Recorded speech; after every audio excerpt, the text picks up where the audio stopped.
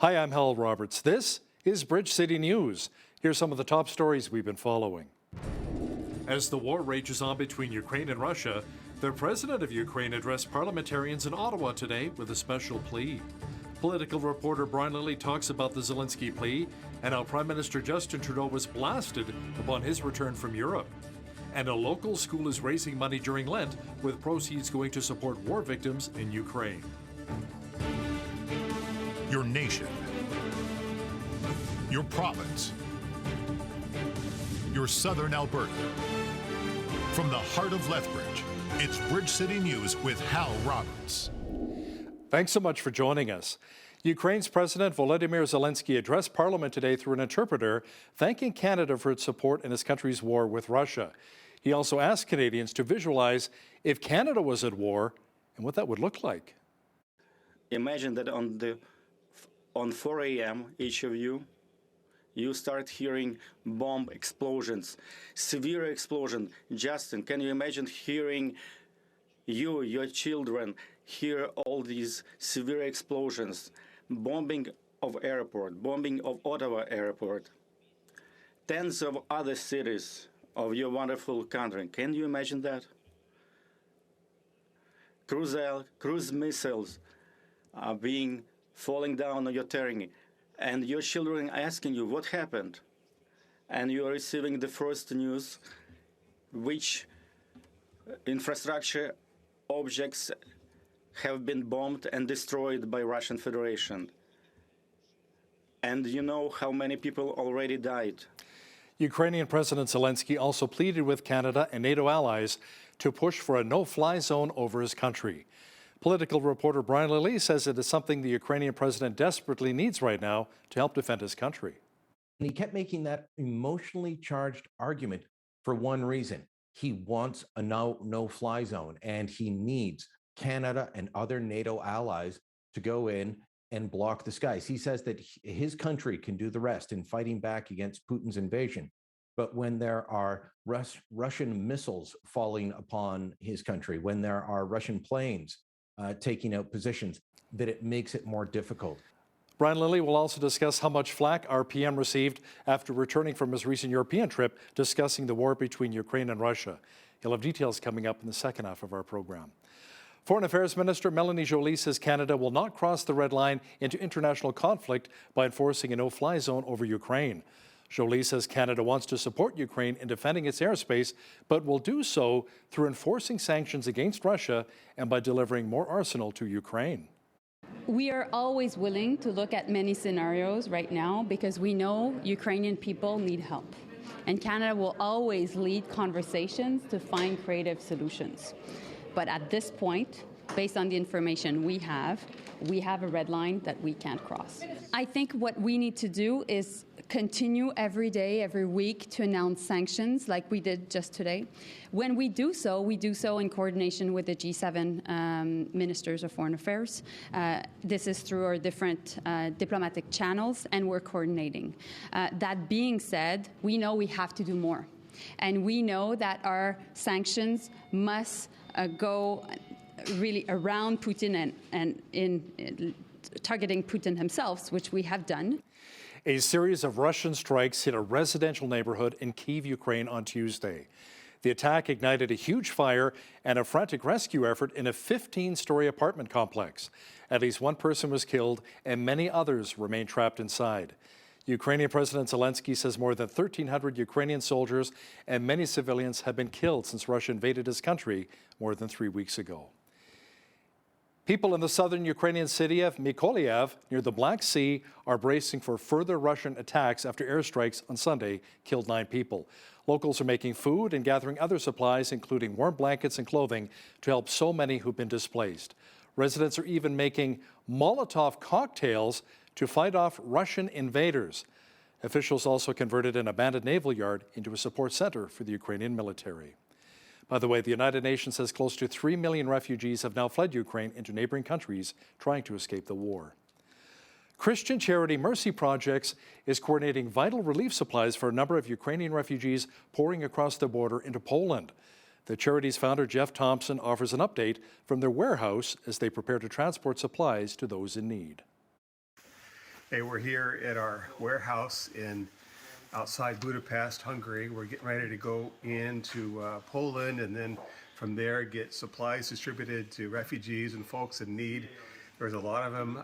Also supplies into the country where they're really badly needed. A lot of medical supplies. Hospitals have run out, and we want to resupply them. So we're just going to have you have a look and see what we're doing. So we're in the warehouse, and here comes some of our supplies here. Thanks, guys. Good to see you. Hey, Norbert. Hogy van ez a lakás, az albérletet. Mondjuk drága, de nagy pénz, és Pesten van. Hát 250 plusz rezsi, de 10 még van. Hey Jeff, I already have some diapers loaded. Do you think we should take these as well? Do we need? How many do you have? A couple boxes? I have a couple cases already. Okay, cool. I think we're good. Okay, thanks. Inkább holnap reggel, jó? Hi guys, I'm Larry Hansen from Southern California, Calgary, Murrieta. We came in to help load the stuff up and help the people cross border. We're excited to be here, but we're hurting for the folks that are here. Hi guys, I'm Joel Thompson. I'm Jeff's son, and just flew in today to help deliver supplies to the people that need it. So let's be safe and let's do some good. Great to see the good that they are doing. The U.S. State Department warned China about supporting Russia in its invasion of Ukraine. U.S. President Joe Biden's national security advisor met with top Chinese officials to discuss the issue in Rome. The national security advisor and our delegation raised directly and very clearly our concerns about the PRC's support to Russia in the wake of the invasion and the implications that any such support would have for the PRC's relationship not only with us, but for its relationships around the world. That includes our allies and partners in Europe and in the Indo-Pacific. The purpose of this meeting, and you will hear more from the White House later today, I expect, was to convey very clearly our concerns and to discuss the implications. What I will say is that we are watching very closely the extent to which the PRC, or any other country for that matter, provides any form of support, whether that's material support, whether that's economic support, whether that's financial support, to Russia. Any such support from anywhere in the world would be of great concern to us. Earlier today, the Biden administration also announced it would up its aid to Ukraine by another $13.6 billion. A local school in our city here in Lethbridge is giving back to the victims in Ukraine by collecting toonies over the course of Lent, where the money will go towards humanitarian efforts. As Angela Stewart explains now, the student teacher behind this small initiative says she just wanted to be able to give back in a special way. With everything that's happening in the Ukraine, I've been trying to figure out a way that we can help them as a school community. It's a small show of support from a grade 4 class at Father Leonard Van Tighem School, collecting toonies every Tuesday during Lent. Tuesday, my grade 4 class goes around with little collection bins that we made and collects toonies or whatever money any classroom has, and we're collecting it. Organizer and student teacher Alyssa Paquette says the money is being donated to a church in Edmonton. It's all going to go to the Ukrainian Catholic Eparchy of Edmonton, and they're raising money for food, shelter, medical support, and spiritual support for the people in Ukraine. While also attending classes at the University of Lethbridge, Paquette says the idea to do the collection came from a school assignment. And I'm also doing a professional inquiry project for the university where I'm trying to use literature to help empower my students to want to better their world and better themselves and help as many people as they can. It makes me feel really happy and joyful. Grace Daniels, a grade 4 student and one of Paquette's students, says she's happy to be able to be a part of this small initiative. I see what's happening there, and it makes me feel like I can't help, but what Alyssa is doing, it makes me feel that I can help and donate. And we have all of this, and those people are trying to run away and get into a safe place, and their homes are getting destroyed. So we feel that this is the best that we can do to help them. Collection began Tuesday morning, and just over $150 has been raised. For Bridge City News, I'm Angela Stewart. As many Albertans know, the town of Vegreville, Alberta, has a large contingent of Ukrainian people. The mayor of the town says the war in Ukraine is really affecting many in his community. Tim McPhee says many of the residents are first-generation Ukrainians, and they're trying to do their part to help the victims of war. We have a sister municipality in Ukraine, another city, and it's called Kalamaya. We're raising some donations and some supplies that they need. A plane just directly went over to Kalamaya on Thursday, taking equipment and firefighting gear that was collected in Alberta. And so right now we're just collecting some stuff, personal toiletries and clothes and stuff for the women and children that are now left the country. McPhee says a school in the town will also be holding pierogi lunches to help raise funds for Ukraine. The government of Alberta announced it is expanding our province's public charter schools and collegiate programs. The UCP is investing $25 million in operational funding and $47 million in capital investment over the next few years. Premier Jason Kenney says these are schools which help address special needs of many students. These are specialized programs that generally are not available in the regular public system, and they provide wonderful options to kids with particular interests and aptitudes. In addition, the funding that we're setting aside for capital expansion of public charter schools will include seed funding to explore the possibility of public charter school hubs, where there could be schools that have some shared facilities that realize economies of scale, that could have shared gyms and shared food services, for example, shared playing fields, but allow separate public charters to be housed separately, sharing those things much more efficiently. That's a very exciting concept that's come forward, and we want to support the continued work on the possibility of charter hub concepts. Now, when Premier Jason Kenney was in Lethbridge recently, the executive director for the Lethbridge Soup Kitchen, Bill Ginther, had the opportunity to ask the Premier what his plans are to deal with homelessness issues in our city. Ginther says he was not satisfied with the response he received from the Premier. He didn't really answer that. He immediately went to the issue of addictions, and that there is a minister that's responsible for addictions. And so I didn't get the answer I wanted, which was unfortunate, because we are dealing with a major issue with homelessness in our city, and hasn't been addressed, is not being addressed. And I, as a person, has a front row seat, right, because at the Soup Kitchen we provide a meal for 125 to 150 people per meal, and most of those are homeless, high percentage. And we know the issues they have, the concerns, and the fact that nothing changes for them. Alberta Health Services workers are now able to take off the National Day for Truth and Reconciliation stat holiday on September 30th and get paid for it. The Alberta Union of Provincial Employees filed a policy grievance after AHS refused to recognize the day. An arbitrator worked on the grievance, and now union members in nursing care and general support services will be able to access the stat. AUPE Vice President and Chair of the union's Human Rights Committee, Bobby Jo Borode, says this is a huge victory. Not to mention that the day that we were looking to have honored has significant meaning and is very important not only to our members, but all of Albertans. And the fact that AHS refused to honor it was shameful in our minds. We tried to have a conversation with them about, pointing out the fact that it's in the contract, it's black and white, there's no gray here, but they still decided to fight the matter. And as such, we were obligated to move forward in the fashion that we did with the policy grievance, and the arbitrator ruled in our favor. Borode points out that establishing a stat holiday to honor residential school survivors and their families was one of the Truth and Reconciliation Commission's calls to action. Transport Canada is looking into reports that Freedom Convoy supporters from Western Canada were unvaccinated against COVID-19 when they took a chartered flight to Ottawa last month. The agency says it's following up with the air operator. Hundreds of demonstrators blockaded roads in Ottawa close to a month in February to protest a number of COVID-19 health measures. A veteran who ran over her former spouse with a vehicle almost 2 years ago is going to jail. Melissa Whitegrass pleaded guilty last week to a single count of dangerous driving causing death. The other two charges, including first-degree murder, were withdrawn after it was determined that Whitegrass did not intend to hit the victim with her vehicle. Whitegrass is a decorated war veteran who was injured while serving in Afghanistan in 2010. Her former common-law spouse, 30-year-old Austin James Forsyth, was the victim involved in the June 1st, 2020 collision. Forsyth was taken to Chinook Regional Hospital in Lethbridge, where he later died.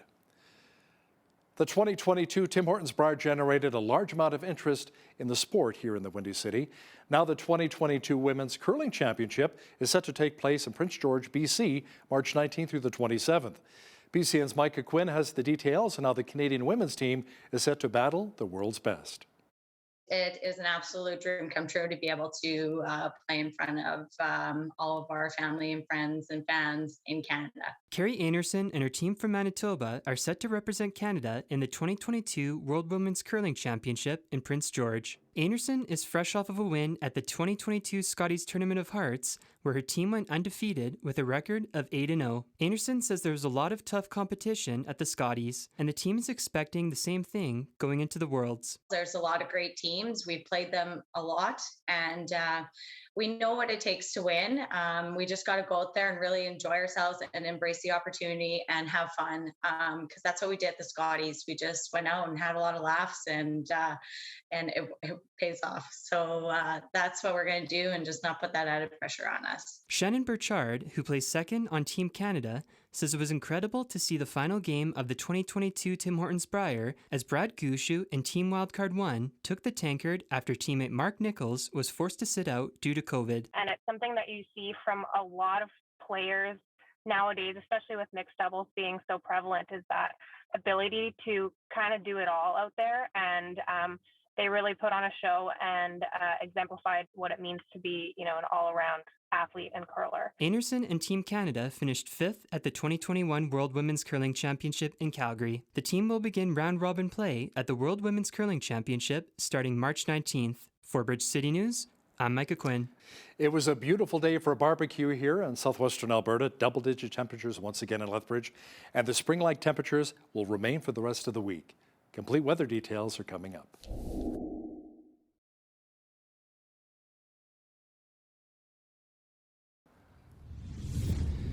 These are the types of days when it's so nice to walk through the coulees here in Lethbridge.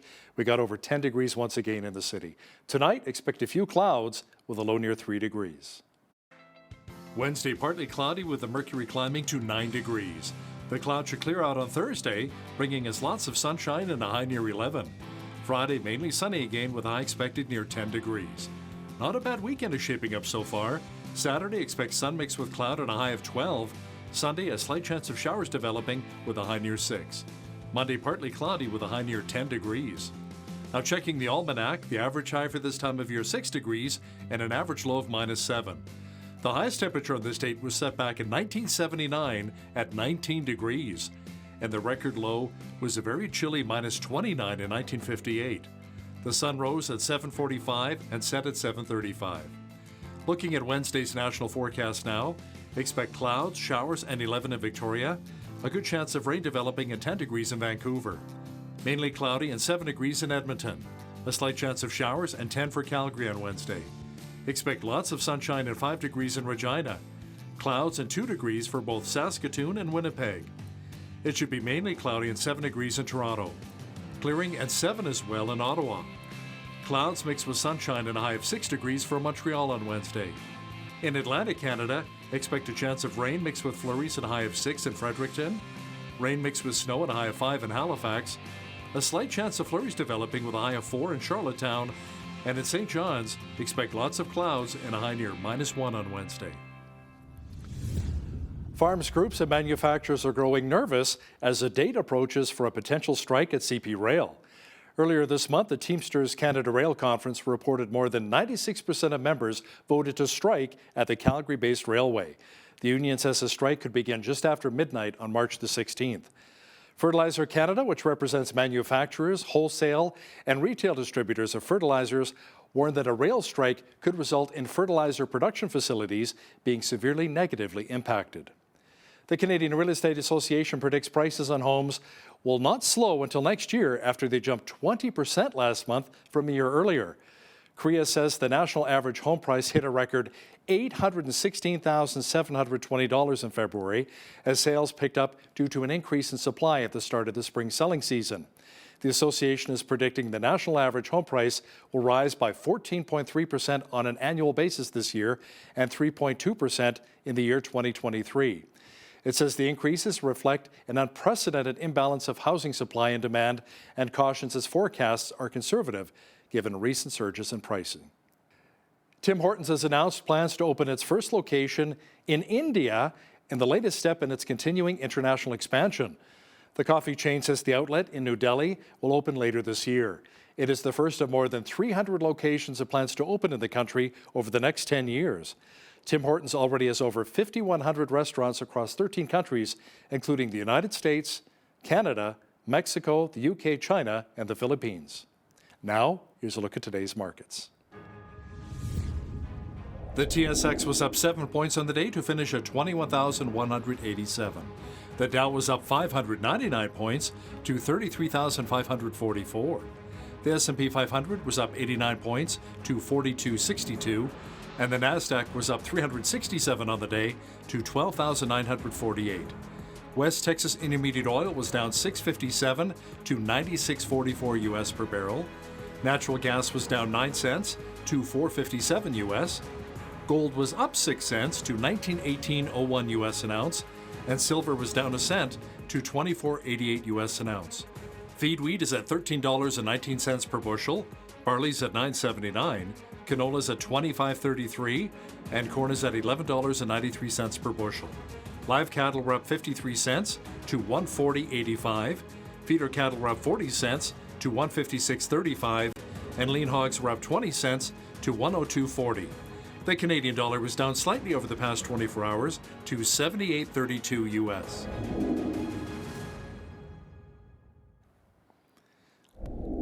Recapping one of our top stories, close to 3 million refugees have now fled Ukraine as the war with Russia continues. Ukraine's President Zelinski made a plea to Parliament today asking for a no-fly zone over Ukraine to repel Russian attacks.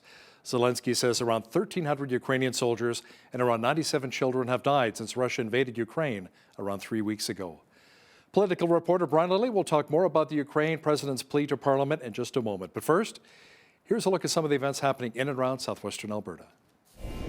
Here's today's Bridge City News community calendar. The Lethbridge Senior Citizens Organization is looking for volunteers to take part in their Drive Happiness program. This program is to help seniors in our community who are facing extreme loneliness due to lack of accessible transportation. Volunteers will drive clients to their medical appointments, pick up groceries, and take them to important life activities. If you're interested in this opportunity and for more information, call 403-332-4320 or email volunteer@volunteerlethbridge.com.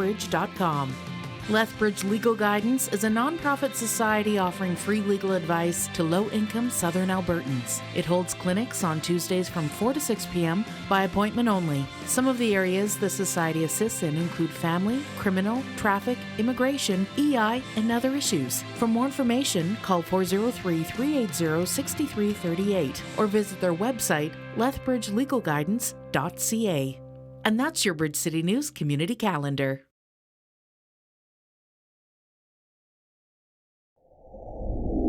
The war between Ukraine and Russia continues. Millions of people have now fled the war-torn country, and the amount of civilian casualties continues to mount. Ukraine's President Zelinski addressed Parliament recently to discuss this in more detail as political reporter and Toronto Sun columnist Brian Lilly. Now, Brian, what did the Ukrainian president have to say? It was a very emotional address, Hal. It was kept short for security reasons. He did not speak long, but he spoke emotionally. He spoke powerfully to the Canadian people, and he kept asking every member of Parliament, every Canadian, and he kept saying, and my friend Justin, because Prime Minister Justin Trudeau and Zelinski have met before. Zelinski toured Canada a couple of years ago with Trudeau, and he kept saying, imagine waking up at 4 a.m. with the bombs dropping. Imagine having to flee with your children. Imagine 97 of Canada's children being killed in a war. And he kept making that emotionally charged argument for one reason. He wants a no-fly zone, and he needs Canada and other NATO allies to go in and block the skies. He says that his country can do the rest in fighting back against Putin's invasion. But when there are Russian missiles falling upon his country, when there are Russian planes taking out positions, that it makes it more difficult. He asked for that help to make it a fair fight. He did talk about how the sanctions are working. He applauded what Canada has done. And, you know, I'll be upfront. we have been at the forefront of pushing for some of the harsher sanctions, and 15 new Russians just sanctioned today in conjunction with European allies in the EU. We continue to push more on that. But Zelinski said it has not stopped the war. He needs a no-fly zone to stop the war. So what's been the hesitation from NATO nations to create a no-fly zone over Ukraine? Is it that they're concerned that maybe this may bring on World War III? That's exactly the point. They are sitting there and saying, we enforce a no-fly zone, which isn't just saying, okay, no planes can come up, but if there are planes there, if there are Russian planes over Ukrainian soil or Russian missiles, that we will shoot them down. And that would be seen as an act of war by Putin. Of course, Putin has engaged in an act of war by invading a neighboring sovereign country.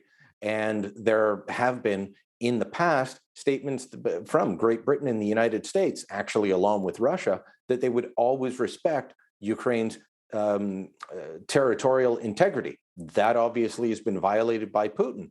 But beyond sanctions, beyond the attempts to squeeze them financially and culturally, nothing else is happening at this point.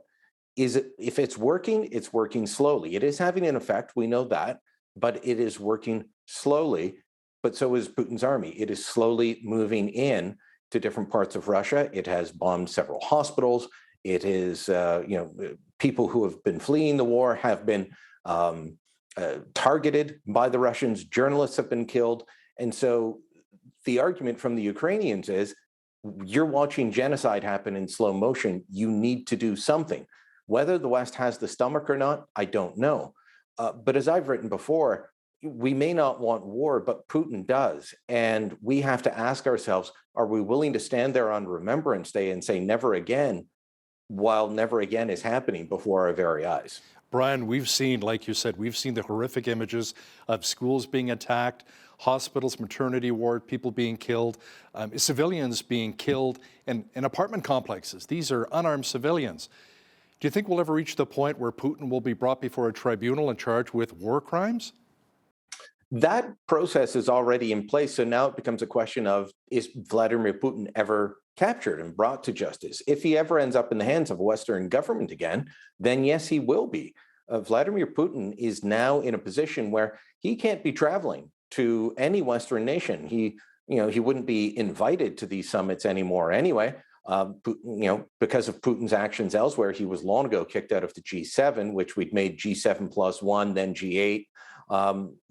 There's talk of kicking Russia out of the G20, but if a meeting for that organization were ever held in any Western country, he would be arrested, much like the oligarchs who are now fleeing in their yachts floating aimlessly in the Mediterranean and elsewhere with no destination registered as they set sail, because these are people and assets that they do not want to be captured. So Putin is now pretty much restricted to Russia, Belarus, China, maybe some countries in the Middle East in terms of his travel, because that International Criminal Court process has already started.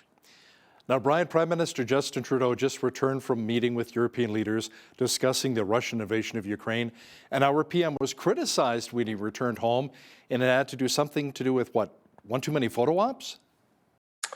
Look, I was fully supportive of the Prime Minister going to Europe. I thought that it was important. Face-to-face meetings are important. Anybody that's done politics, heck, even if you've only done sales, you know that face-to-face meeting, that relationship that you can build with people is important when you're asking them to do hard things. And so I think when we spoke last week, I was supportive of the PM's trip. And then about midweek, he was asked, Deputy Prime Minister Chrystia Freeland was asked, well, is this just a big photo op? And the Liberals got their noses out of joint over that question. And how dare you ask that question? Well, because it's the reporter's job to ask difficult questions. Immediately after that, Hal, they did a photo op at the Brandenburg Gate in Berlin. Then the next day, there were 7 photo ops. Out of a day with 8 items on the agenda, 7 photo ops for the Prime Minister. And then immediately as he got back last Friday, he released about a minute and a half long video that looks like a campaign ad all about Justin Trudeau and what he did in Europe. He did important work there. We could be doing more, absolutely, but we are working in concert with our allies. It was important for him to be there, absolutely. But when you're being criticized for having too many photo ops or trying to use it to change the channel off of the trucker convoy, the Emergencies Act, and the domestic problems here at home, don't turn around and release a campaign ad or campaign video, campaign style video at least, that as somebody pointed out to me, they said it's 77 seconds long, and Justin Trudeau's featured in 67 seconds of it. That just makes it look like you are using an international incident for your own political, personal benefit back home. You know, a lot of these things, it's always aimed at the domestic audience. We know there's a large Ukrainian Canadian population, both in Edmonton, across Alberta, here in Toronto, massive one as well, more recent. Sure, a lot of this is aimed at them, but do the hard work, let the photos speak for themselves, and don't push the photo ops beyond the pale, which I think he did.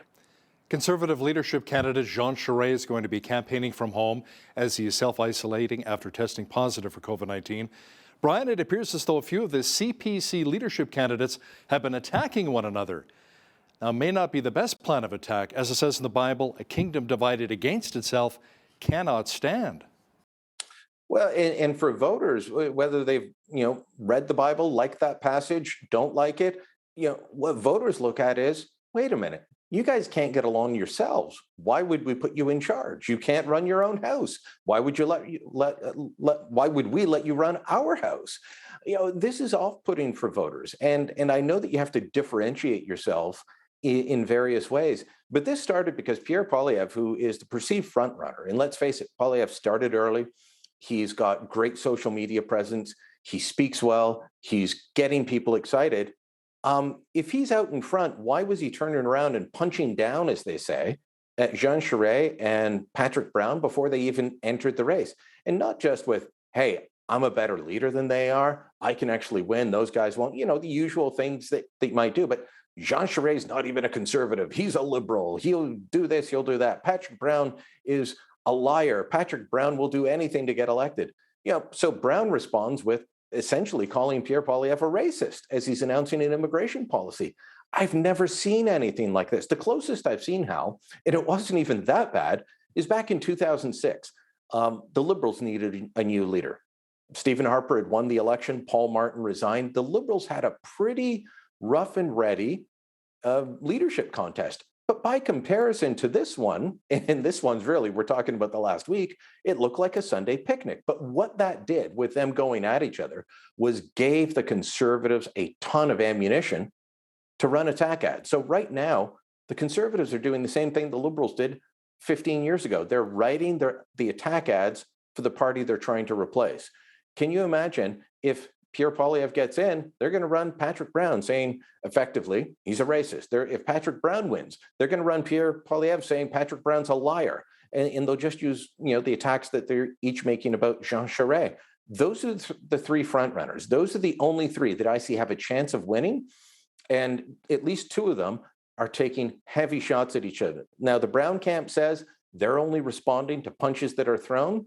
And the Poilievre camp says we're only saying what's true.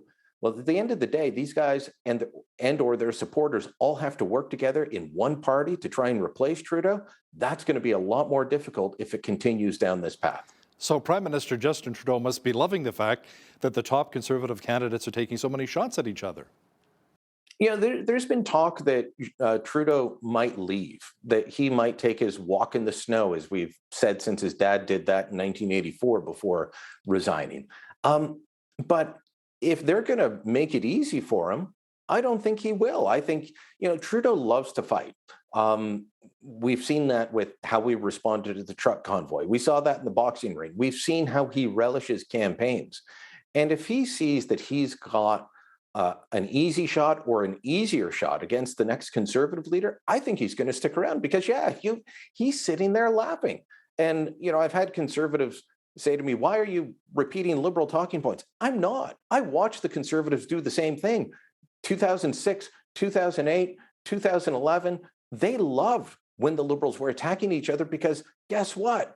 They used that as fodder for their own attack ads, and it was successful. It worked. The Conservatives ran the blueprint for this. The Liberals are just going to turn around and follow it now that the Conservatives are attacking each other like no party has before. Brian, the price of oil continues to be volatile as the world has been dealing with many countries banning Russian oil. There doesn't appear to be any effort on the Trudeau Liberals' part, however, to free up more of our oil to help those countries in need. We also have an increase to the carbon tax coming up April 1st. Yeah, all things headed in the wrong direction. Look, there's a poll out recently this week, I believe, saying majority of Americans want Keystone XL now. Well, too bad. TC Energy has walked away from that project a long time ago. That they're not going to come back because they went through more than a decade of political fights up and down trying to get that approved. And I just think that they're done with that. And meanwhile, you've got Biden going to Venezuela and Saudi Arabia to try and get more oil when he could just be turning north and approving that. That won't happen. The Trudeau government won't fight for it. They're not saying, as we discussed last week, what can we do to get out of the way of producers, the way that Britain's doing to increase domestic production? No, they're still talking about renewables. And on this move to say, all right, let's freeze the carbon tax, something that Patrick Brown had called for before he entered the Conservative leadership race.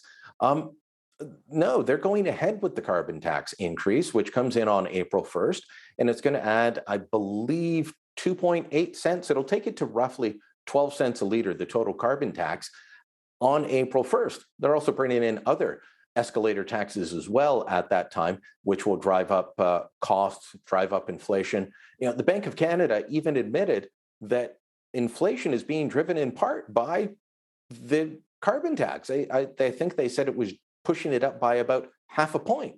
So all of this coming at the worst time. We've got rampant inflation, we've got volatile oil prices, volatile pump prices, and the government just piling on rather than doing what they can to assist. As I said in the column last week, Hal, Justin Trudeau still has his green blinders on. Fortunately, here in Alberta, as of April 1st, Premier Jason Kenney has said that they're going to be eliminating the provincial tax on gas, 13 cents a litre. That's as long as West Texas Intermediate is $90 or above US per barrel. Now, Brian, Ontario, like Alberta and BC, has lifted its mask mandates, but the federal government is keeping their rules in place. Why is that? They just do not think that we need to be moving at this point. So whether it's testing, they have relaxed some of the testing rules around international flights. So before a PCR test was required, now they will take a rapid antigen test if it's administered by, say, a pharmacist.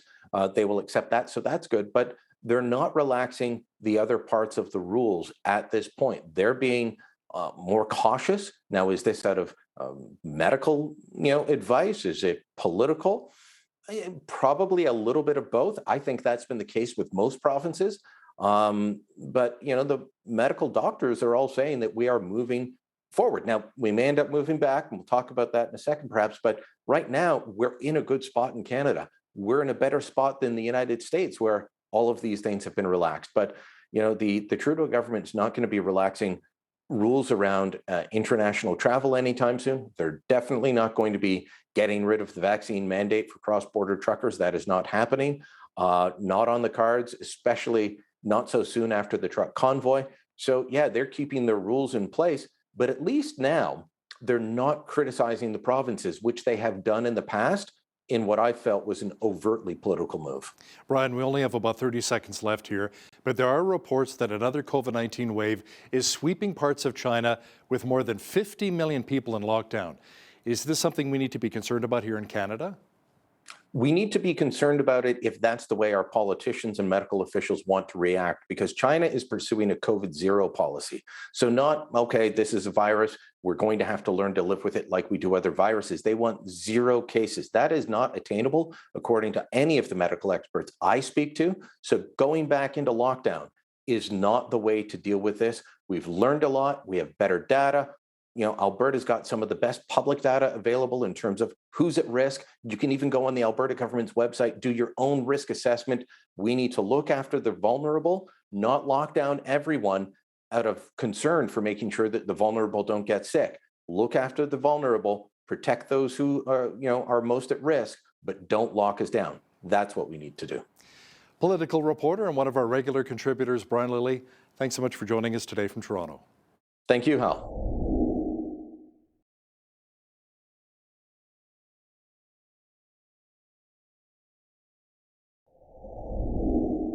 The University of Lethbridge has a long history of research benefiting agriculture. That research has created opportunities and added countless dollars to the local economy through innovation. Farming in our region has become more productive and profitable, and this past July, the University of Lethbridge welcomed Dr. Dina Mcmartin to the position of Vice President of Research. Dr. Mcmartin joins us today via Zoom. Welcome to the show, Dina. So great to have you on today. Thank you so much. I'm happy to be here. All right. So it's been just amazing to see the research coming out of the University of Lethbridge. I know I've had the opportunity to speak with a lot of researchers there, and it's just really such a productive place. It's so cool. So your area of focus has been on water, right? So let's maybe talk a little bit about that. Absolutely. Thank you. I'm a environmental and agricultural engineer. And so I've spent my academic career working with water resources, water treatment, and a lot of impacts for and with agricultural producers. So really looking at how we can improve water use and crop efficiency, animal behavior and activities on the land to make the best use of water, which of course, as we know in the prairies, and particularly in the southern prairies, water is sometimes scarce, and we are really very aware of how precious and important a resource it is for livelihoods and for economic development and jobs. Yeah, absolutely. And I think it goes without saying that clean water and water management is vital for healthy communities and for our local agricultural industry as well. So what kinds of water research specifically is going on at the University of Lethbridge? Well, there's so much neat water research taking place here. We've signed agreements with various provincial agencies and a lot of our industry and business partners, looking at the efficiency of irrigated crops, reviewing and evaluating different irrigation designs, including the canal systems, which, as we know, as temperatures get warmer, we have a lot more evaporation coming off of those canals. Working even with some of our local producers and processors around water management and wastewater activities, and really we're learning as well from and with those producers and processors. And I think that's what's just so special about this region is the openness and excitement about partnering and collaborating and really working together on water, whether it's for animal health or ecosystem health or for agricultural production. Yeah. And, Dina, what compelled you to focus specifically on water? Well, it goes way back to when I was growing up in a small town in Saskatchewan. And I actually grew up in a community right beside the resort village of Manitou Beach. And Manitou Lake has some of the most dense water in the world and is an extremely culturally important location, not only for Indigenous people, but for, became this wild place in the 1920s with people coming from New York and Chicago to sort of make it their summer playground. And the water there is unique, it's fascinating.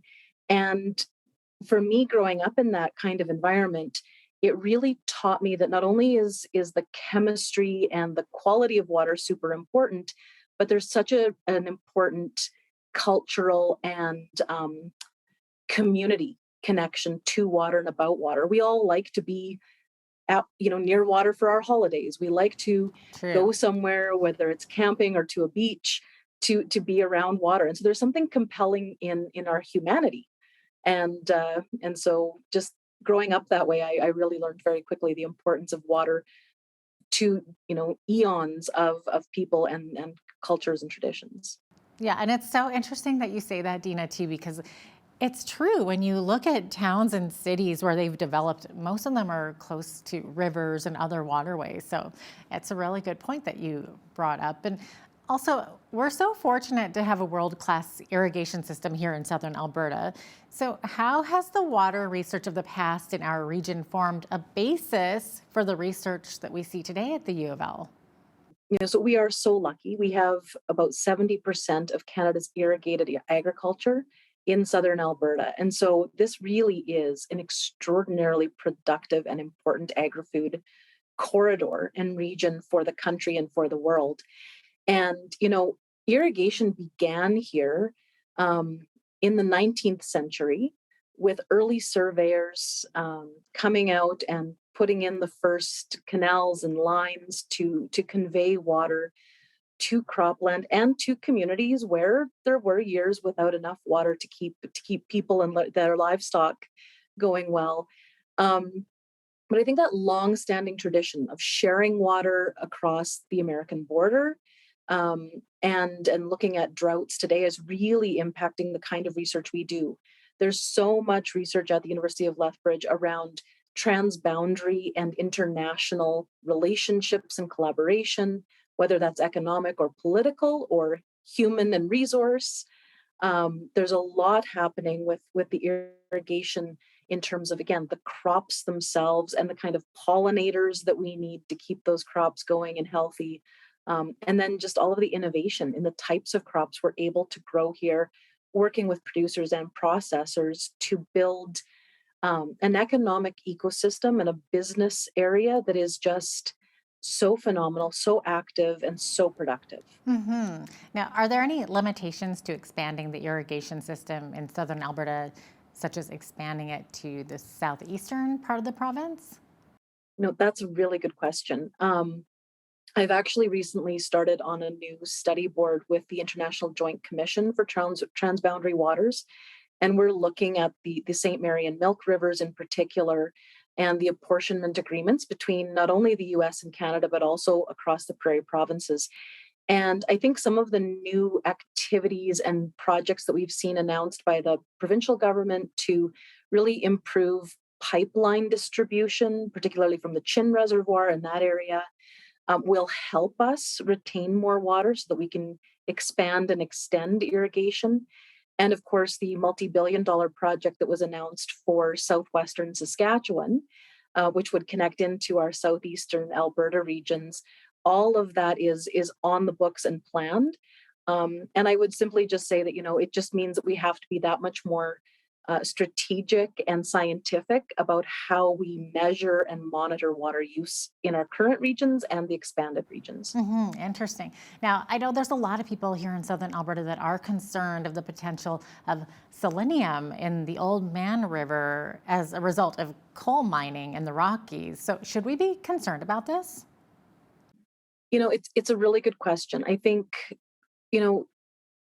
short answer would be, yeah, we should be aware that selenium contamination could be a challenge as a result of coal mining. The soil, the ground, the rock that is being taken out is high concentration selenium. There are technologies and treatment methods for removing selenium. To my knowledge, they haven't been fully employed in past. And so I think there's a little bit of concern that, we don't really fully understand the technology. And because water is such a precious resource here, and because so much of our economy, both directly and indirectly, and our livelihoods, the traditions of being on the land, with animals and plants is so strong here. I think it's fair that people are concerned and asking good questions about whether or not there might be selenium and what impacts it could have if the concentrations become too high. Because I've also heard the opposite argument that we need a little bit of selenium, and I don't know how true that is. You might know more than me. Selenium is an essential micronutrient. I mean, if you look at your own vitamin bottle that maybe you take, a multivitamin every day, there will be selenium in that. But like so many things, moderation is the key. And so we want to make sure that we keep that in micronutrient level, not a significant concentration. Okay, excellent. Great to know. Thank you for that. Now, during the recent municipal election, Calgarians voted yes to adding fluoride back into their water. So what are your thoughts on that? I'm a strong proponent. I'm a big supporter of that. I think in large part, the majority of the dental community has really spoken out in favor of it, particularly for young children for whom dental health is often a struggle and a challenge, and particularly for vulnerable populations where perhaps visits to the dentist and other fluoride treatments just aren't as possible or as regular and routine as other segments of the population. And we know that, again, everything in moderation. In the doses that we're seeing within drinking water, the levels are safe for human health. Are you able to talk a little bit about the need for STEM program development at the U of L? I think in any region, having diverse job options is extremely important, and STEM jobs are considered quite often to be economic drivers around innovation and new job development.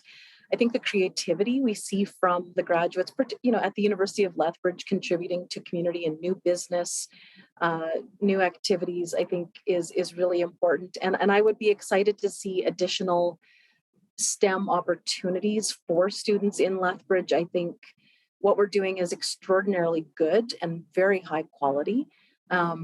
There's always opportunity for us to look at what more and different we can do in response to changes in the local economy, local environment, and global trends in terms of what's out there. And if I think about some of my own graduate students and some of what they're doing, it's looking at community resilience to changes in climate, looking at how we've seen the floods in BC and lots of conversation about, well, the infrastructure was aging and the designs we currently are building are based on old data. And so one of my students has actually been creating a new cell phone app to work with small municipalities and communities to help them make decisions using real-time climate data, so that we're building better infrastructure to withstand flood and drought, wildfire, and other kinds of events. And so those kinds of STEM jobs, and I think STEM innovation, is so exciting and so important for our future community design. And whether that's, having a better understanding of the kind of plants and animals we have by doing good terrestrial and spatial imaging, taking fancy photos from satellites, or it's understanding, the importance of bees for our food supply. I think STEM jobs are extremely important, and there's such great potential for employment in this area. It's wonderful. Yeah, it's pretty exciting, isn't it? So where do you see the future of research at the University of Lethbridge going? I mean, it's pretty amazing what they're doing these days. Where do you see that going? It is the research here is just it's inspiring, and I will say, and I know a lot of people say this, but the University of Lethbridge to me really punches above its weight. We're a smaller institution, but the impact we have is really big. And so the areas where I see us continuing to grow and expand our research are in sustainable agri-food. So looking at environmental innovation, looking at closer connections with Indigenous communities and traditional knowledge to understand the land and the resources where we are. So I think, agriculture obviously is one huge area for opportunity. I think too, healthy aging and holistic wellness are extraordinarily important and increasingly challenging in rural regions and smaller communities where, we know it's difficult to find a doctor in the Lethbridge area right now. But I would say our rural nursing program and a lot of the health research that we're doing around dementia and Alzheimer's, addictions and counseling are some of the best in the country, if not in the world. And so these are areas where I think we need to continue focusing and growing and really supporting Southern Alberta and the vitality here. Amazing. Dr. Dina Martin, thank you so much for your time and sharing your expertise with us. We really appreciated having you on today. Thank you so much. It's been wonderful to be with you. Great. Dr. Dina Martin is the Vice President of Research at the University of Lethbridge. I'm Jeanette Roche on behalf of all of us here at Bridge City News. Thanks for watching.